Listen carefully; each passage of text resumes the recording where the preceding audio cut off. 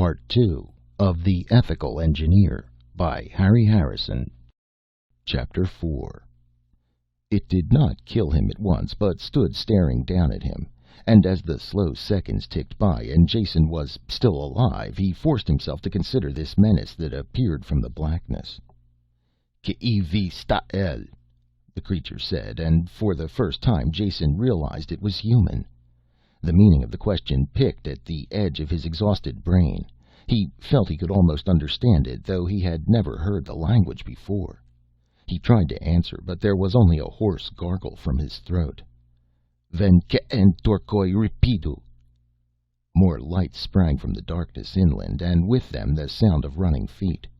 As they came closer, Jason had a cleaner look at the man above him, and could understand why he had mistaken him for some inhuman creature.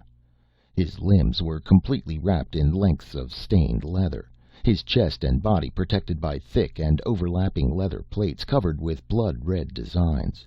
Over his head was fitted the cochlea-shaped shell of some animal, spiraling to a point in front. Two small openings had been drilled in it for eye-holes. Great finger-long teeth had been set in the lower edge of the shell to heighten the already fearsome appearance. The only thing at all human about the creature was the matted and filthy beard that trickled out of the shell below the teeth. There were too many other details for Jason to absorb so suddenly.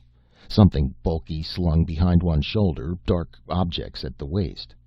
A heavy club reached and prodded Jason in the ribs, but he was too close to unconsciousness to resist. A guttural command halted the torchbearers a full 5 meters from the spot where Jason lay. He wondered vaguely why the armored man had not let them approach closer, since the light from their torches barely reached this far. Everything on this planet seemed inexplicable. For a few moments Jason must have lost consciousness, because when he looked again the torch was stuck in the sand at his side, and the armored man had one of Jason's boots off and was pulling at the other. Jason could only writhe feebly, but not prevent the theft. For some reason he could not force his body to follow his will. His sense of time seemed to have altered as well, and though every second dragged heavily by, events occurred with startling rapidity. The boots were gone now, and the man fumbled at Jason's clothes, stopping every few seconds to glance up at the row of torchbearers. The magnetic seals were alien to him. The sharp teeth sewn into the leather over his knuckles dug into Jason's flesh as he struggled to open the seals or tear the resistant metal cloth. He was growling with impatience when he accidentally touched the release button on the medkit and it dropped into his hand. The shining gadget seemed to please him, but when one of the sharp needles slipped through his thick hand coverings and stabbed him, he howled with rage, throwing the machine down and grinding it into a splintered ruin in the sand. The loss of this irreplaceable device goaded Jason into motion. He sat up and was trying to reach the medkit when unconsciousness surged over him again. Sometime before dawn, the pain in his head drove him reluctantly back to awareness. There were some foul-smelling hides draped over him that retained a little of his body heat. He pulled away the stifling fold that covered his face and stared up at the stars, cold points of light that glittered in the frigid night. The air was a stimulant, and he sucked deep gasps of it that burned his throat but seemed to clear his thoughts. For the first time he realized that his disorientation had been caused by that crack on the head he had received when the ship crashed. His exploring fingers found a swollen rawness on his skull. He must have a brain concussion. That would explain his earlier inability to move or think straight. The cold air was numbing his face, and he willingly pulled the hairy skin back over his head. He wondered what had happened to Micah Salmon after the local thug in the horror outfit had bashed him with the club. This was a messy and unexpected end for the man after he had managed to survive the crash of the ship. Jason had no special affection for the undernourished zealot, but he did owe him a life. Micah had saved him after the crash, only to be murdered himself by this local assassin. Jason made a mental note to kill the man just as soon as he was physically up to it.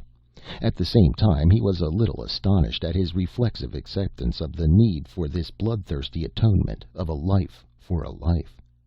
Apparently his long stay on Pyrrus had trodden down his normal dislike for killing except in self-defense, and from what he had seen so far of this world, the Pyrran training would certainly be most useful. The sky showed gray through a tear in the hide, and he pushed it back to look at the dawn. Myka Salmon lay next to him, his head projecting from a covering fur. His hair was matted and caked with dark blood, but he was still breathing. "Harder to kill than I thought," Jason grunted as he levered himself painfully up on one elbow and took a good look at this world where his spaceship sabotage had landed him. It was a grim desert, lumped with huddled bodies like the aftermath of a battle at world's end. A few of them were stumbling to their feet, holding their skins around them, the only signs of life in that immense waste of gritty sand. On one side a ridge of dunes cut off sight of the sea, but he could hear the dull boom of waves on the shore. White frost rimmed the ground, and the chill wind made his eyes blink and water. On the top of the dunes a remembered figure suddenly appeared, the armored man, doing something with what appeared to be lengths of rope. There was metallic tinkling, suddenly cut off. Myka Salmon groaned and stirred. "How do you feel?" Jason asked. "Those are two of the finest bloodshot eyeballs I have ever seen." "Where am I?" Now, that is a bright and original question. I didn't pick you for the type who watched historical space operas on the TV. I have no idea where we are, but I can give you a brief synopsis of how we arrived here, if you're up to it. "I remember we swam ashore, then something evil came from the darkness, like a demon from hell. We fought." And he bashed in your head. One quick blow, and that was about all the fight there was. I had a better look at your demon, though I was in no better condition to fight him than you are. He's a man dressed in a weird outfit out of an addict's nightmare, and appears to be the boss of this crew of rugged campers. Other than that, I have little idea of what's going on, except that he stole my boots, and I'm going to get them back if I have to kill him for them. "Do not lust after material things," Myka intoned seriously. "And do not talk of killing a man for material gain. You are evil, Jason. And my boots are gone, and my clothes too." Myka had thrown back his covering skins and made this startling discovery. "Belial!" he roared. "Asmodeus, Abaddon, Apollyon, and Beelzebub!" "Very nice," Jason said admiringly. "You really have been studying up on your demonology. Were you just listing them or calling on them for aid?" "Silence, blasphemer! I have been robbed!" He rose to his feet, and the wind whistling around his almost bare body quickly gave his skin a light touch of blue. "I'm going to find the evil creature that did this and force him to return what is mine." Myka turned to leave, but Jason reached out and grabbed his ankle with a wrestling grip, twisted it, and brought the man thudding to the ground. The fall dazed him, and Jason pulled the skins back over the raw-boned form. "We're even," Jason said. "You saved my life last night. Just now, I saved yours. You're barehanded and wounded, while the old man of the mountain up there is a walking armory, and anyone with the personality to wear that kind of an outfit will kill you as easily as he picks his teeth. So take it easy and try to avoid trouble. There's a way out of this mess. There's a way out of every mess if you look for it, and I'm going to find it. In fact, I'm going to take a walk right now and start my research. Agreed?" A groan was his only answer, since Myka was unconscious again, fresh blood seeping from his injured scalp. Jason stood and wrapped his hides about his body as some protection from the wind, tying the loose ends together. Then he kicked through the sand until he found a smooth rock that would fit inside his fist with just the end protruding, and thus armed made his way out through the stirring forms of the sleepers. Myka was conscious again when Jason returned, and the sun was well above the horizon. The people were all awake now, a shuffling, scratching herd of about 30 men, women, and children. They were identical in their filth and crude skin wrappings, milling about with a random motion or sitting blankly on the ground. They showed no interest at all in the two strangers. Jason handed a tarred leather cup to Myka and squatted next to him. "Drink that. It's water. The only thing that anyone here had to drink. I didn't find any food. He still had the stone in his hand, and while he talked he rubbed it on the sand. The end was moist and red, and some long hairs were stuck in it. "I took a good look around this camp, and there's very little more than you can see from here. Just this crowd of broken down types, a few bundles rolled in hide, and some of them are carrying skin water bottles. They have a simple me stronger pecking order, so I pecked a bit and we can drink. Food comes next." "Who are they? What are we doing?" Micah asked, mumbling a little, obviously still suffering the after effects of the blow. Jason looked at the contused skull and decided not to touch it. The wound had bled freely and clotted. Washing it off with the highly dubious water would accomplish little and might add infection to their other troubles. "I'm only sure of one thing," Jason said. "They're slaves. I don't know why they are here and what they are doing or where they are going, but their status is painfully clear. Ours too. Old Nasty up there on the hill is the boss. The rest of us are slaves." "Slaves?" Micah snorted, the word penetrating through the pain in his head.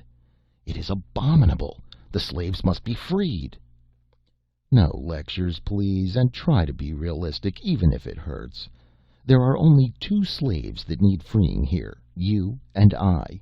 These people seem nicely adjusted to the status quo, and I see no reason to change it. I'm not starting any abolitionist campaigns until I can see my way clearly out of this mess, and I probably won't start any then either. This planet has been going on a long time without me, and will probably keep rolling along once I'm gone." "Coward! You must fight for the truth, and the truth will make you free." "I can hear those capital letters again," Jason groaned. "The only thing right now that is going to make me free is me, which may be bad poetry, but it is still the truth. The situation here is rough, but not unbeatable, so listen and learn. The boss, his name is Ch'aka, in case you care, seems to have gone off on a hunt of some kind. He's not far away and will be back soon, so I'll try to give you the entire setup quickly." I thought I recognized the language, and I was right. It's a corrupt form of Esperanto, the language all the Teredo worlds speak. This altered language, plus the fact that these people live about one step above the Stone Age culture, is pretty sure evidence that they are cut off from any contact with the rest of the galaxy, though I hope not. There may be a trading base somewhere on the planet, and if there is, we'll find it later. We have enough other things to worry about right now, but at least we can speak the language. These people have contracted and lost a lot of sounds, and even introduced a glottal stop, something that no language needs, but with a little effort the meaning can still be made out." "I do not speak Esperanto." "Then learn it. It's easy enough, even in this jumbled form. And shut up and listen. These locals are born and bred slaves, and it is all they know. There is a little squabbling in the ranks, with the bigger ones pushing the work on the weak ones when Ch'aka isn't looking, but I have that situation well in hand. Ch'aka is our big problem, and we have to find out a lot more things before we can tackle him. He is boss, fighter, father, provider, and destiny for this mob, and he seems to know his job. So try to be a good slave for a while." "Slave? I?" Micah arched his back and tried to rise. Jason pushed him back to the ground, harder than was necessary. "Yes, you, and me too. That is the only way we are going to survive in this arrangement. Do what everyone else does, obey orders, and you stand a good chance of staying alive until we can find a way out of this tangle." Micah's answer was drowned out in a roar from the dunes as Ch'aka returned. The slaves climbed quickly to their feet, grabbing up their bundles, and began to form a single wide-spaced line. Jason helped Micah to stand and wrap strips of skin around his feet, then supported most of his weight as they stumbled to a place in the open formation. Once they were all in position, Ch'aka kicked the nearest one, and they began walking slowly forward, looking carefully at the ground as they went. Jason had no idea of the significance of the action, but as long as he and Micah weren't bothered, it didn't matter. He had enough work cut out for him just to keep the wounded man on his feet. Somehow Micah managed to dredge up enough strength to keep going. One of the slaves pointed down and shouted, and the line stopped. He was too far away for Jason to make out the cause of the excitement, but the man bent over and scratched a hole with a short length of pointed wood. In a few seconds he dug up something round and not quite the size of his hand. He raised it over his head and brought the thing to Ch'aka at a shambling run. The slave master took it and bit off a chunk, and when the man who had found it turned away, he gave him a lusty kick. The line moved forward again. 2 more of the mysterious objects were found, both of which Ch'aka ate as well. Only when his immediate hunger was satisfied did he make any attempt to be the good provider. When the next one was found, he called over a slave and threw the object into a crudely woven basket he was carrying on his back. After this, the basket-toting slave walked directly in front of Ch'aka, who was carefully watching that every one of the things that was dug up went into the basket. Jason wondered what they were, and they were edible too. An angry rumbling in his stomach reminded him. The slave next in line to Jason shouted and pointed to the sand. Jason let Micah sink to a sitting position when they stopped and watched with interest as the slave attacked the ground with his piece of wood, scratching around a tiny sprig of green that projected from the desert sand. His burrowings uncovered a wrinkled gray object from which the green leaves were growing. A root or tuber of some kind. It appeared as edible as a piece of stone to Jason, but obviously not to the slave, who drooled heavily and actually had the temerity to sniff the root. Ch'aka howled with anger at this, and when the slave had dropped the root into the basket with the others, he received a kick so strong that he had to limp back painfully to his position in line. Soon after this, Ch'aka called a halt, and the tattered slaves huddled around while he poked through the basket. He called them over one at a time and gave them one or more of the roots according to some merit system of his own. The basket was almost empty when he poked his club at Jason. "K'i nam havas vi?" he asked. "Mia namo estas Jason, mia amico estas Micah." Jason answered in correct Esperanto that Ch'aka seemed to understand well enough, because he grunted and dug through the contents of the basket. His masked face stared at them, and Jason could feel the impact of the unseen watching eyes. The club pointed again. "Where you come from? That you ship that burn? Sink?" "That was our ship. We come from far away." "From other side of ocean?" This was apparently the largest distance the slaver could imagine. "From the other side of the ocean, correct." Jason was in no mood to deliver a lecture on astronomy. "When do we eat?" "You a rich man in your country. Got a ship, got shoes. Now I got your shoes. You a slave here, my slave. You both my slaves." I'm your slave," Jason said resignedly, "but even slaves have to eat. Where's the food?" Ch'aka grubbed around in the basket until he found a tiny and withered root, which he broke in half and threw into the sand in front of Jason. "Work hard. You get more." Jason picked up the pieces and brushed away as much of the dirt as he could. He handed one to Micah and took a tentative bite out of the other. It was gritty with sand and tasted like slightly rancid wax. It took a distinct effort to eat the repulsive thing, but he did. Without a doubt it was food, no matter how unwholesome, and would do until something better came along. "What did you talk about?" Micah asked, grinding his own portion between his teeth. "Just swapping lies. He thinks we're his slaves, and I agreed. But it's just temporary," Jason added as anger colored Micah's face and he started to climb to his feet. Jason pulled him back down. "This is a strange planet. You're injured. We have no food or water, and no idea at all how to survive in this place. The only thing we can do to stay alive is to go along with what Old Ugly there says. If he wants to call us slaves, fine. We're slaves." "Better to die free than to live in chains." "Will you stop the nonsense? Better to live in chains and learn how to get rid of them. That way you end up alive free rather than dead free. A much more attractive state. Now shut up and eat. We can't do anything until you're out of the walking wounded class." For the rest of the day the line of walkers plodded across the sand, and in addition to helping Micah, Jason found 2 of the krenoi, the edible roots. They stopped before dusk and dropped gratefully to the sand. When the food was divided, they received a slightly larger portion, as evidence perhaps of Jason's attention to the work. Both men were exhausted and fell asleep as soon as it was dark. During the following morning they had their first break from the walking routine. Their food searching always paralleled the unseen sea, and one slave walked the crest of the dunes that hid the water from sight. He must have seen something of interest, because he leaped down from the mound and waved both arms wildly. Ch'aka ran heavily to the dunes and talked with the scout, then booted the man from his presence. Jason watched with growing interest as he unwrapped the bulky package slung from his back and disclosed an efficient-looking crossbow, cocking it by winding on a built-in crank. This complicated and deadly piece of machinery seemed very much out of place with the primitive slaveholding society, and Jason wished that he could get a better look at the device. Ch'aka fumbled a quarrel from another pouch and fitted it to the bow. The slaves sat silently on the sand while their master stalked along the base of the dunes, then wormed his way over them and out of sight, creeping silently on his stomach.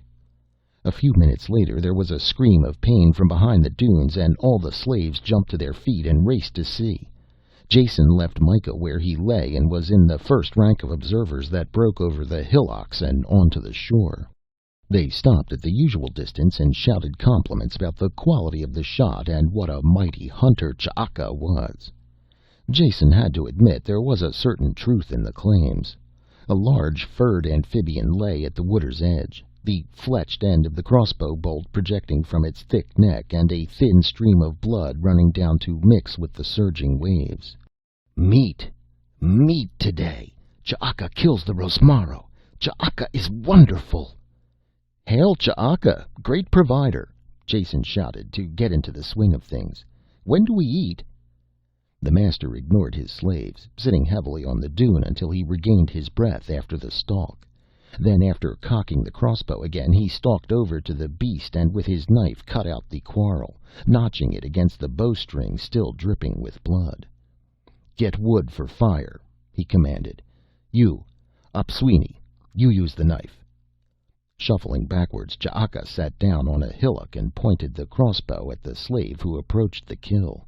Ch'aka had left his knife in the animal, and Opswini pulled it free and began to methodically flay and butcher the beast. All the time he worked, he carefully kept his back turned to Ch'aka and the aimed bow. A trusting soul, our slave driver, Jason mumbled to himself as he joined the others in searching the shore for driftwood. Ch'aka had all the weapons, as well as a constant fear of assassination. If Opswini tried to use the knife for anything other than the intended piece of work, he would get the crossbow quarrel in the back of his head. Very efficient. Enough driftwood was found to make a sizable fire, and when Jason returned with his contribution, the Rosmaro had been hacked into large chunks. Ch'aka kicked his slaves away from the heap of wood and produced a small device from another of his sacks. Interested, Jason pushed as close as he dared into the front rank of the watching circle. Though he had never seen one of them before, the operation of the firemaker was obvious to him. A spring-loaded arm drove a fragment of stone against a piece of steel. Sparks flew out and were caught in a cup of tinder, where Ch'aka blew on them until they burst into flame.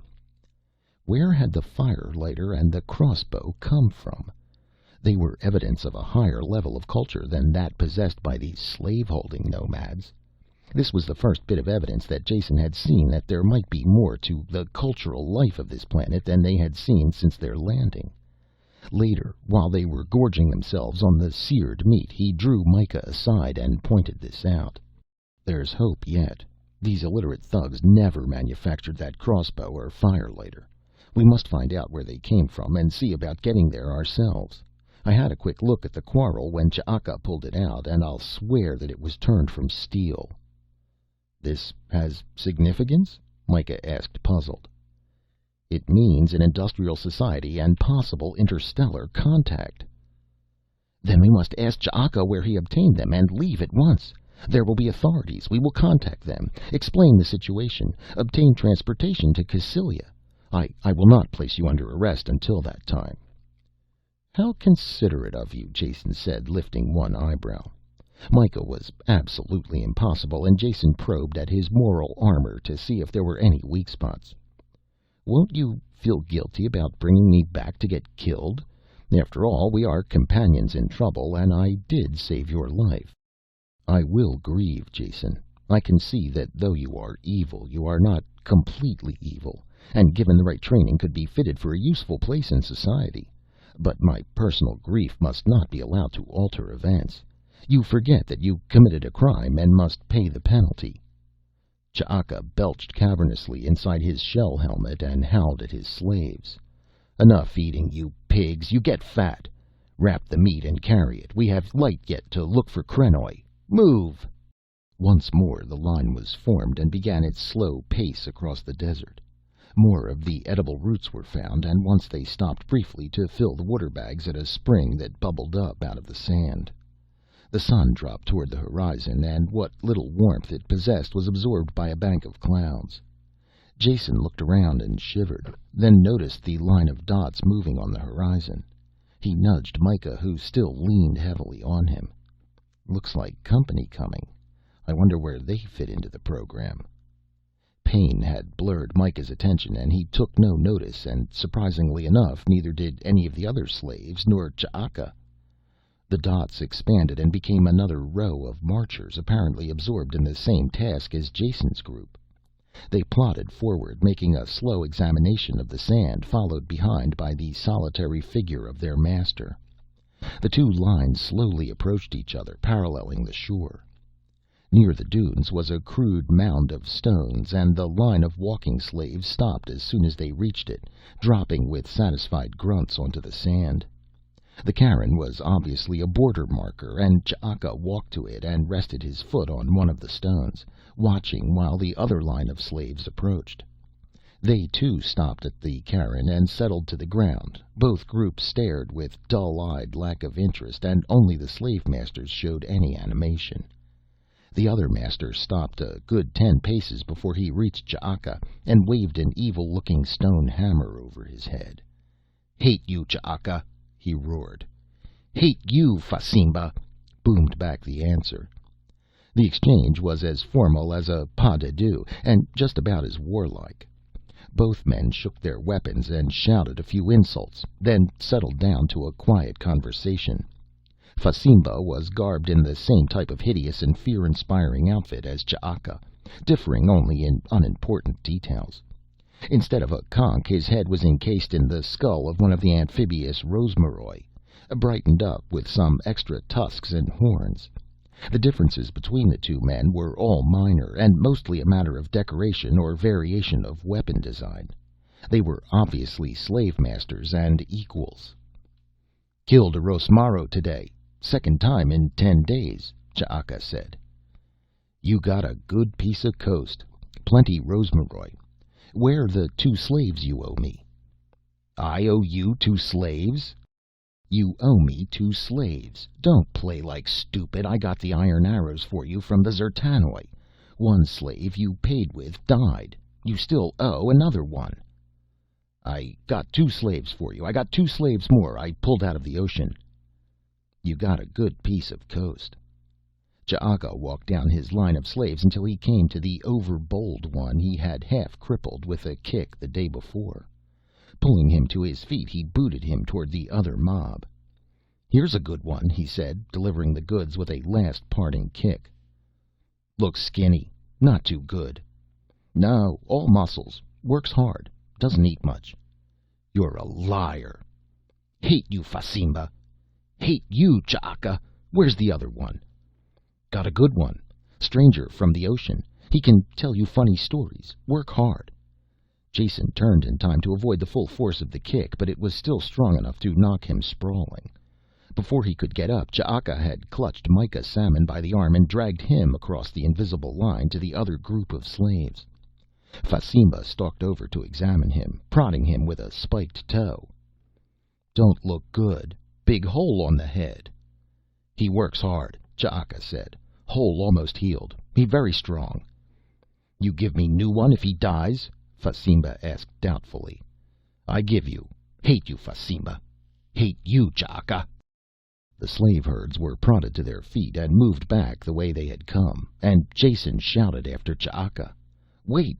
Don't sell my friend. We work better together. You can get rid of someone else." The slaves gaped at this sudden outburst, and Ch'aka wheeled, raising his club. "You shut up. You're a slave. You tell me once more to do what, and I kill you." Jason shut up, since it was very obvious that this was the only thing he could do. He had a few qualms about Micah's possible fate.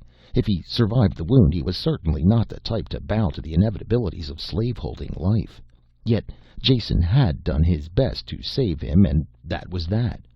Now Jason would think about Jason for a while. They made a brief march before dark, apparently just until the other slaves were out of sight, then stopped for the night.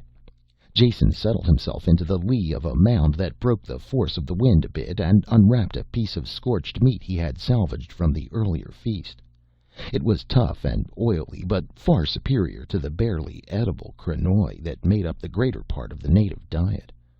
He chewed noisily on the bone and watched while one of the other slaves sidled over toward him. "Give me some your meat," the slave asked in a whining voice, and only when she talked did Jason realize that this was a girl. All the slaves were alike in their matted hair and skin wrappings. He ripped off a chunk of meat. "Here, sit down and eat it. What's your name?" In exchange for his generosity, he intended to get some information from his captive audience. "Ijal." She tore at the meat, held tightly in one fist, while the index finger of her free hand scratched for enemies in her tangled hair. "Where do you come from? Did you always live here? Like this?" How do you ask a slave if she has always been a slave? "Not here. I come from Bulweho first, then Fasimba. Now I belong to Ch'aka." "What or who is Bulweho? Someone like our boss, Ch'aka?" She nodded, gnawing at the meat. "And the Zertanoi that Fasimba gets his arrows from. Who are they?" "You don't know much," she said, finishing the meat and licking the grease from her fingers. "I know enough to have meat when you don't have any, so don't abuse my hospitality. Who are the Zertanoi?" "Everyone knows who they are." She shrugged with incomprehension and looked for a soft spot in the sand to sit down. "They live in the desert. They go around in Karoi. They stink. They have many nice things. One of them gave me my best thing. If I show it to you, you won't take it?" "No, I won't touch it, but I would like to see anything they have made. Here's some more meat. Now let me see your best thing." Ijal rooted in her skins for a hidden pocket and dragged out something that she concealed in her clenched fist. She held it out proudly and opened it, and there was enough light left for Jason to make out the rough form of a red glass bead. "Isn't this so very nice?" she asked. "Very nice," Jason agreed, and for an instant felt a touch of real sorrow when he looked at the pathetic bauble. This girl's ancestors had come to this planet in spaceships with a knowledge of the most advanced sciences. Cut off, their children had degenerated into this. Barely conscious slaves who could pride a worthless piece of glass above all things. "I like you. I'll show you my best thing again." "I like you too. Good night." Chapter 5. Ijal stayed near Jason the next day and took the next station in line when the endless krenoi hunt began. Whenever it was possible he questioned her, and before noon had extracted all of her meager knowledge of affairs beyond the barren coastal plain where they lived.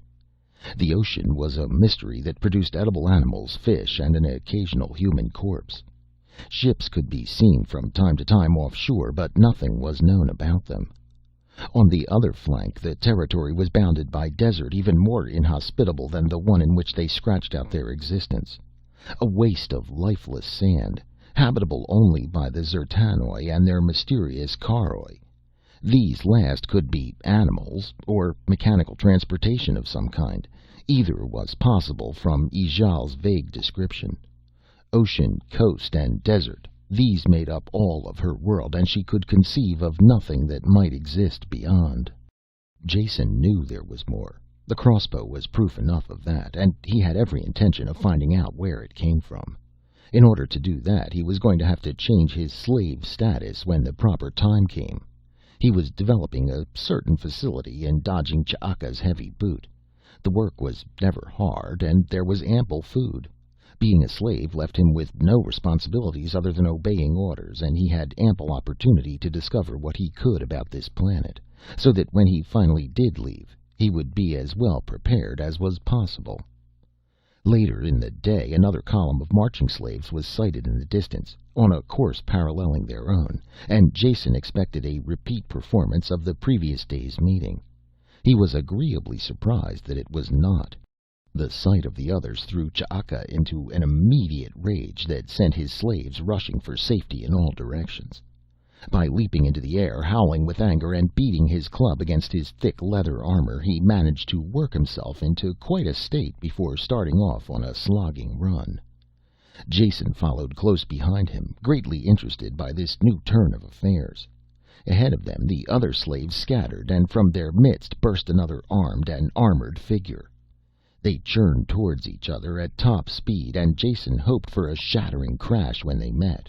However, they slowed before they hit and began circling each other, spitting curses. "Hate you, Mexica! Hate you, Ch'aka!" The words were the same, but shouted with fierce meaning, with no touch of formality this time. "Kill you, Mexica! You coming again on my part of the ground with your carrion meat slaves! You lie, Ch'aka! This ground mine from way back! I kill you way back!" Ch'aka leaped in as he screamed the words and swung a roundhouse blow with his club that would have broken the other man in two if it had connected. But Mexica was expecting this and fell back, swinging a counter blow with his own club that Ch'aka easily avoided. There followed a quick exchange of club work that did little more than fan the air, until suddenly both men were locked together and their fight began in earnest. They rolled together on the ground, grunting savagely, tearing at each other. The heavy clubs were of no use this close, and were dropped in favor of knives and knees. Jason could understand now why Ch'aka had the long tusks strapped to his kneecaps. It was a no-holds-barred fight, and each man was trying as hard as possible to kill his opponent. The leather armor made this difficult, and the struggle continued, littering the sand with broken-off animal teeth, discarded weapons, and other debris. It looked like it would be called a draw when both men separated for a breather, but they dived right back in again. It was Ch'aka who broke the stalemate when he plunged his dagger into the ground and on the next roll caught the handle in his mouth. Holding his opponent's arms in both his hands, he plunged his head down and managed to find a weak spot in the other's armor. Mexica howled and pulled free, and when he climbed to his feet, blood was running down his arm and dripping from his fingertips. Ch'aka jumped after him, but the wounded man grabbed up his club in time to ward off the charge. Stumbling backward, he managed to pick up most of his discarded weapons with his wounded arm and beat a hasty retreat. Ch'aka ran after him a short way, shouting praise of his own strength and abilities and of his opponent's cowardice. Jason saw a short, sharp horn from some sea animal lying in the churned-up sand and quickly picked it up before Ch'aka turned back. Once his enemy had been chased out of sight, Ch'aka carefully searched the battleground and scavenged anything of military value. Though there was still some hours of daylight left, he signaled a halt and distributed the evening ration of krenoi. Jason sat and chewed his portion reflectively, while Ijal leaned against his side, her shoulder moving rhythmically as she scratched some hidden mite. Lice were inescapable. They hid in the crevices of the badly cured hides and emerged with clicking jaws whenever the warmth of human flesh came near. Jason had his quota of the pests and found his scratching keeping time with hers. This syncopation of scratch triggered the anger that had been building within him, slow and unnoticed. "I'm serving notice," he said, jumping to his feet. "I'm through with this slave business. Which way is the nearest spot to the desert where I can find the Zertanoi?" "Over there, a 2-day walk. How are you going to kill Ch'aka?" "I'm not going to kill Ch'aka. I'm just leaving. I've enjoyed his hospitality and his boot long enough and feel like striking out for myself." You can't do that," she gasped. "You will be killed." "Ch'aka can't very well kill me if I'm not here." "Everybody will kill you. That is the law. Runaway slaves are always killed." Jason sat down again and cracked another chunk from his krenoi and ruminated over it. "You've talked me into staying a while, but I have no particular desire now to kill Ch'aka, even though he did steal my boots, and I don't see how killing him will help me any." "You are stupid. After you kill Ch'aka, you'll be the new Ch'aka. Then you can do what you want." Of course. Now that he had been told, the social setup appeared obvious. Because he had seen slaves and slaveholders, Jason had held the mistaken notion that they were different classes of society, when in reality there was only one class, what might be called the dog-eat-dog class. He should have been aware of this when he had seen how careful Ch'aka was to never allow anyone within striking distance of him, and how he vanished each night to some hidden spot. This was free enterprise with a vengeance, carried to its absolute extreme, with every man out for himself, every other man's hand turned against him, and your station in life determined by the strength of your arm and the speed of your reflexes. Anyone who stayed alone placed himself outside this society, and was therefore an enemy of it and sure to be killed on sight. All of which added up to the fact that he had to kill Ch'aka if he wanted to get ahead. He still had no desire to do it, but he had to. That night he watched Ch'aka when he slipped away from the others, and Jason made a careful note of the direction that he took. Of course, the slave master would circle about before he concealed himself, but with a little luck Jason would find him and kill him. He had no special love of midnight assassination, and until landing on this planet had always believed that killing a sleeping man was a cowardly way to terminate another's existence. But special conditions demanded special solutions, and he was no match for the heavily armored man in open combat. Therefore, the assassin's knife, or rather sharpened horn. He managed to doze fitfully until some time after midnight, then slipped silently from under his skin coverings. Silently he skirted the sleepers and crept into the darkness between the dunes. Finding Ch'aka in the wilderness of the desert night was not easy, yet Jason persisted. He made careful sweeps in wider and wider arcs, working his way out from the sleeping slaves. There were gullies and shadowed ravines, and all of them had to be searched with the utmost care. The slave master was sleeping in one of them and would be alert for any sound. The fact that he had also made special precautions to guard against assassination was only apparent to Jason after he heard the bell ring. It was a tiny sound, barely detectable, but he froze instantly. There was a thin strand pressing against his arm, and when he drew back carefully, the bell sounded again. He cursed silently for his stupidity, only remembering now about the bells he had heard from Ch'aka's sleeping site. The slaver must surround himself every night with a network of string that would sound alarm bells if anyone attempted to approach in the dark. Slowly and soundlessly Jason drew back deeper into the gully. With a thud of rushing feet, Ch'aka appeared, swinging his club around his head, coming directly towards Jason. Jason rolled desperately sideways and the club crashed into the ground. Then he was up and running at top speed down the gully. Rocks twisted under his feet, and he knew that if he tripped, he was dead. Yet he had no choice other than flight. The heavily armored Ch'aka could not keep up with him, and Jason managed to stay on his feet until the other was left behind. Ch'aka shouted with rage and hurled curses after him, but he could not catch him. Jason, panting for breath, vanished into the darkness and made a slow circle back to the sleeping camp. The noise would have roused them, and he stayed away for an estimated hour, shivering in the icy pre-dawn, before he slipped back to his waiting skins. The sky was beginning to gray, and he lay awake wondering if he had been recognized. He did not think he had. As the red sun climbed over the horizon, Ch'aka appeared on top of the dunes, shaking with rage. "Who did it?" he screamed. "Who came in night?" He stalked among them, glaring right and left, and no one stirred except to draw away from his stamping feet. "Who did it?" he shouted again as he came near the spot where Jason lay. 5 slaves pointed silently at Jason. Cursing their betrayal, Jason sprang up and ran from the whistling club. He had the sharpened horn in his hand, but he knew better than to try and stand up to Ch'aka in open combat. There had to be another way. He looked back quickly to see his enemy still following, and narrowly missed tripping over the outstretched leg of a slave. They were all against him. They were all against each other, and no man was safe from any other man's hand. He ran free of the slaves and scrambled to the top of a shifting dune, pulling himself up the steep slope by clutching at the coarse grass on the summit. He turned at the top and kicked sand into Ch'aka's face, trying to blind him, but had to run whenever the slaver swung down his crossbow and notched a steel quarrel.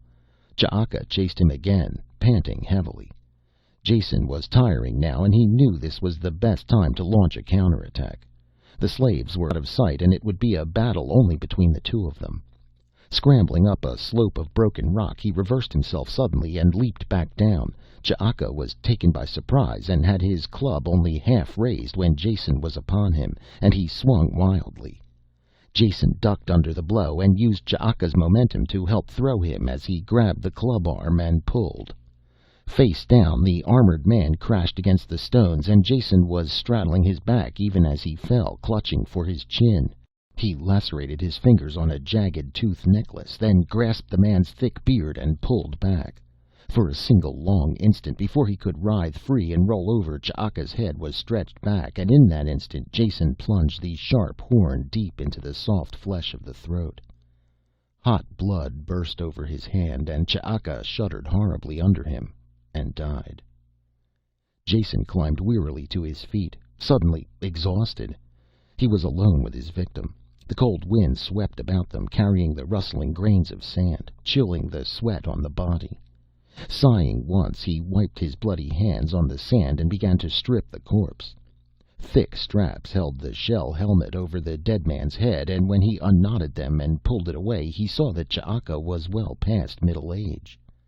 There was some gray in his beard, but his scraggly hair was completely gray, his face and balding head pallid white from being concealed under the helmet.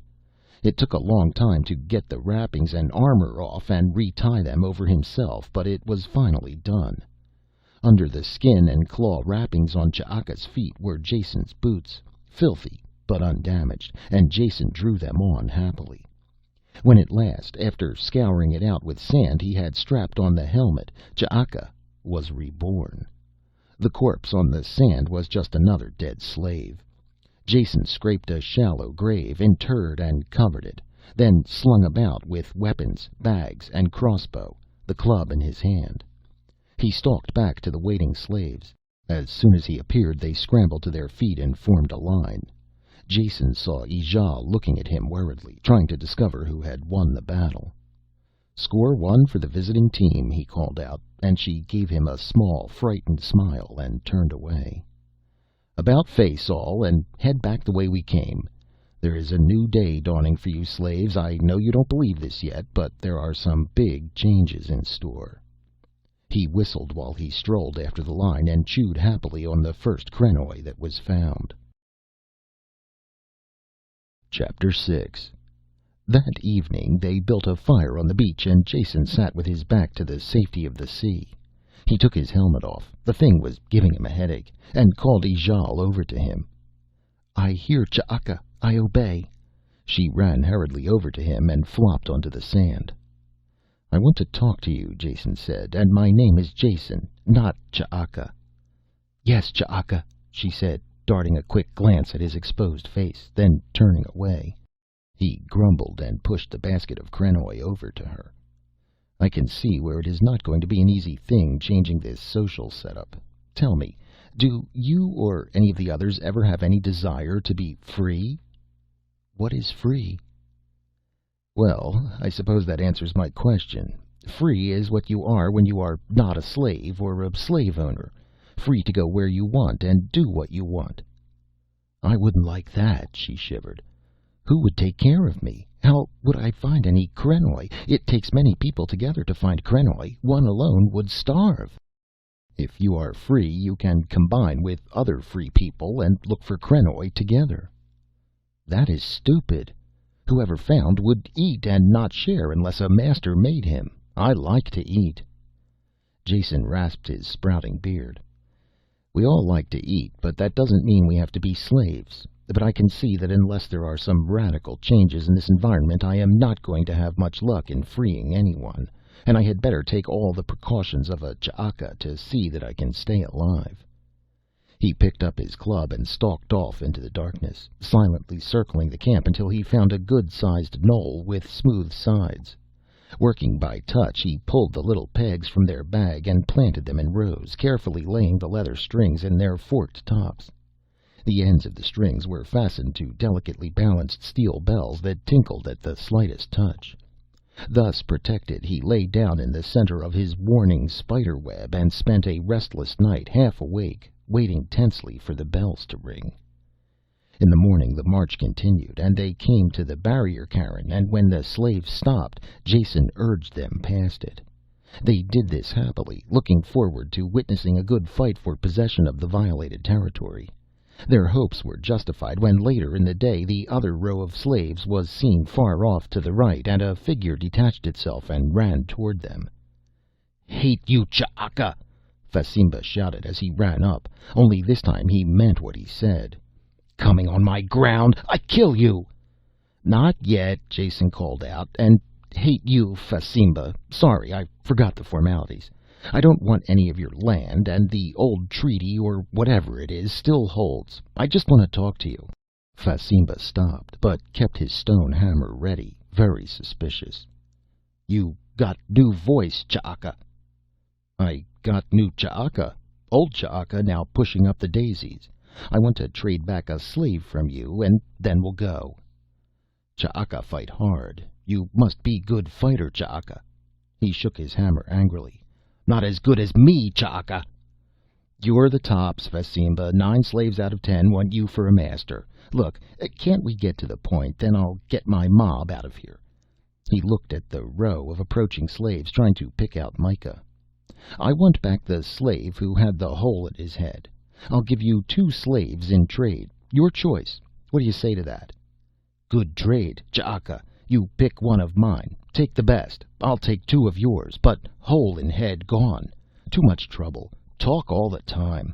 I got sore foot from kicking him. Got rid of him." "Did you kill him?" "Don't waste slaves.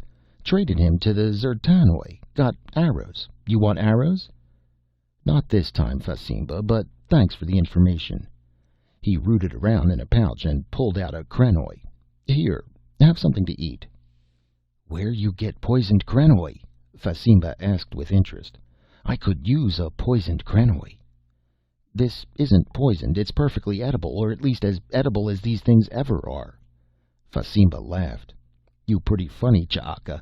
I give you 1 arrow for poisoned krenoi." "You're on," Jason said, throwing the krenoi to the ground between them. "But I tell you it's perfectly good." "That's what I tell man I give it to. I got good use for a poisoned krenoi." He threw an arrow into the sand away from them and grabbed up the vegetable as he left. When Jason picked up the arrow, it bent, and he saw that it was rusted almost completely in 2, and that the break had been craftily covered by clay. "That's all right," he called after the retreating slaver. "Just wait until your friend eats the krenoi." The march continued, first back to the boundary cairn, with the suspicious Fasimba dogging their steps. Only after Jason and his band had passed the border did the others return to their normal foraging. They began the long walk to the borders of the inland desert. Since they had to search for krenoi as they went, it took them the better part of 3 days to reach their destination. Jason merely started the line in the correct direction, but as soon as he was out of sight of the sea, he had only a rough idea of the correct course. However, he did not confide his ignorance to the slaves, and they marched steadily on, along what was obviously a well-known route to them. Along the way they collected and consumed a good number of krenoi, found 2 wells from which they refilled the skin bags, and pointed out a huddled animal sitting by a hole that Jason, to their unvoiced disgust, managed to miss completely with a bolt from the crossbow. On the morning of the 3rd day, Jason saw a line of demarcation on the flattened horizon, and before the midday meal they came to a sea of billowing bluish-gray sand. The ending of what he had been accustomed to thinking of as the desert was startling. Beneath their feet were yellow sand and gravel, while occasional shrubs managed a sickly existence, as did some grass and the life-giving krenoi. Animals as well as men lived here, and ruthless though survival was, they were at least alive. In the wastes ahead no life was possible or visible, though there seemed to be no doubt that the D'zertanoj lived there. This must mean that though it looked unlimited, as Ijale believed it to be, there were probably arable lands on the other side. Mountains as well, if they weren't just clouds, since a line of gray peaks could just be made out on the distant horizon. "Where do we find the D'zertanoj?" he asked the nearest slave, who merely scowled and looked away. Jason was having a problem with discipline. The slaves would not do a thing he asked unless he kicked them. Their conditioning had been so thorough that an order unaccompanied by a kick just wasn't an order, and his continued reluctance to impose the physical coercion with the spoken command was just being taken as a sign of weakness. Already some of the burlier slaves were licking their lips and sizing him up. His efforts to improve the life of the slaves were being blocked completely by the slaves themselves. With a mumbled curse at the obduracy of the human race, Jason sank the toe of his boot into the man. "Find them there, by Big Rock," was the immediate response. There was a dark spot at the desert's edge in the indicated direction, and when they approached, Jason saw that it was an outcropping of rock that had been built up with a wall of bricks or boulders to a uniform height. A good number of men could be concealed behind that wall, and he was not going to risk his precious slaves or even more precious skin anywhere near it. At his shout the line halted and settled to the sand, while he stalked a few meters in front, settling his club in his hand, and suspiciously examined the structure. That there were unseen watchers was proven when a man appeared from around the corner and walked slowly towards Jason. He was dressed in loose-fitting robes and carried a basket on one arm, and when he had reached a point roughly halfway between Jason and the rock he had just quitted, he halted and sat cross-legged in the sand, the basket at his side. Jason looked carefully in all directions and decided the position was safe enough. There were no places of concealment where armed men might have hidden, and he had no fear of the single man. Club ready, he walked out and stopped a full 3 paces from the other. "Welcome, Ch'aka," the man said. "I was afraid we wouldn't be seeing you again after that little difficulty we had." He remained seated while he talked, stroking the few strands of his scraggly beard. His head was shaven smooth and as sunburned and leathery brown as the rest of his face, the most prominent feature of which was the magnificent prow of a nose that terminated in flaring nostrils and was used as sturdy support for a pair of handmade sunglasses. They appeared to be carved completely of bone and fit tightly to the face. Their flat, solid fronts were cut with thin, transverse slashes. This eye protection, the things could only have been for weak eyes, and the network of wrinkles indicated the man was quite old and would present no danger to Jason. "I want something," Jason said in straightforward, Ch'akish manner. "A new voice and a new Ch'aka. I bid you welcome. The old one was a dog, and I hope he died in great pain when you killed him. Now sit, friend Ch'aka, and drink with me."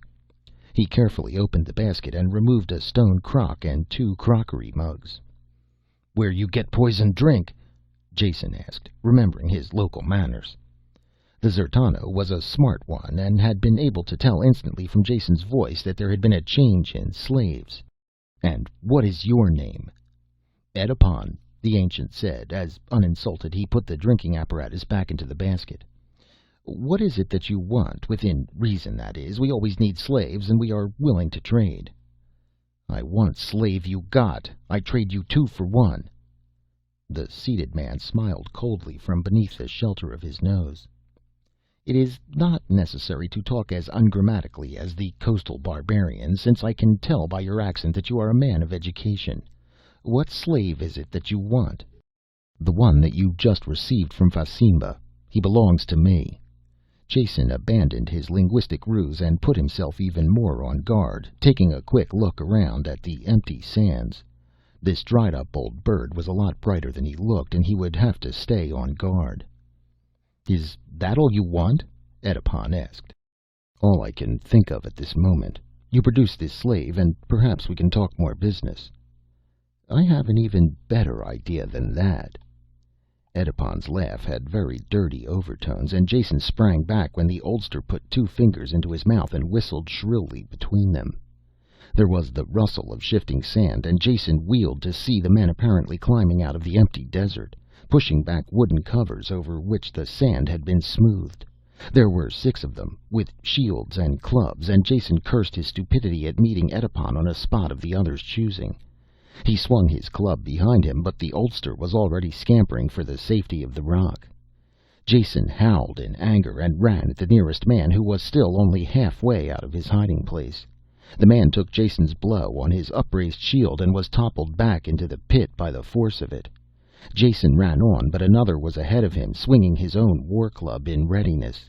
There was no way around, so Jason ran into him at full speed, with all his pendant teeth and horns gnashing and clattering.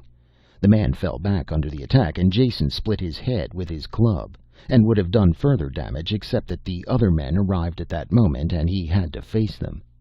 It was a brief and wicked battle, with Jason giving just a little more than he received. 2 of the attackers were down, and a third holding his cracked head when the weight of numbers carried Jason to the ground. He called to his slaves for aid, then cursed them when they only remained seated, while his arms were pinioned with rope and his weapons stripped from his body. One of the victors waved to the slaves, who now stood and docilely marched into the desert. Jason was dragged snarling with rage in the same direction. There was a wide opening in the desert-facing side of the wall, and once through it, Jason's anger instantly vanished.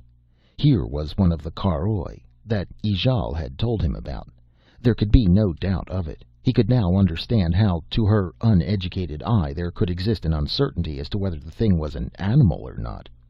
The vehicle was a good 10 meters long, shaped roughly like a boat, and bore on the front a large and obviously false animal head, covered with fur and resplendent with rows of carved teeth and glistening crystal eyes. There were hide coverings and not too realistic legs hanging about the thing. Surely not enough camouflage to fool a sophisticated 6-year-old.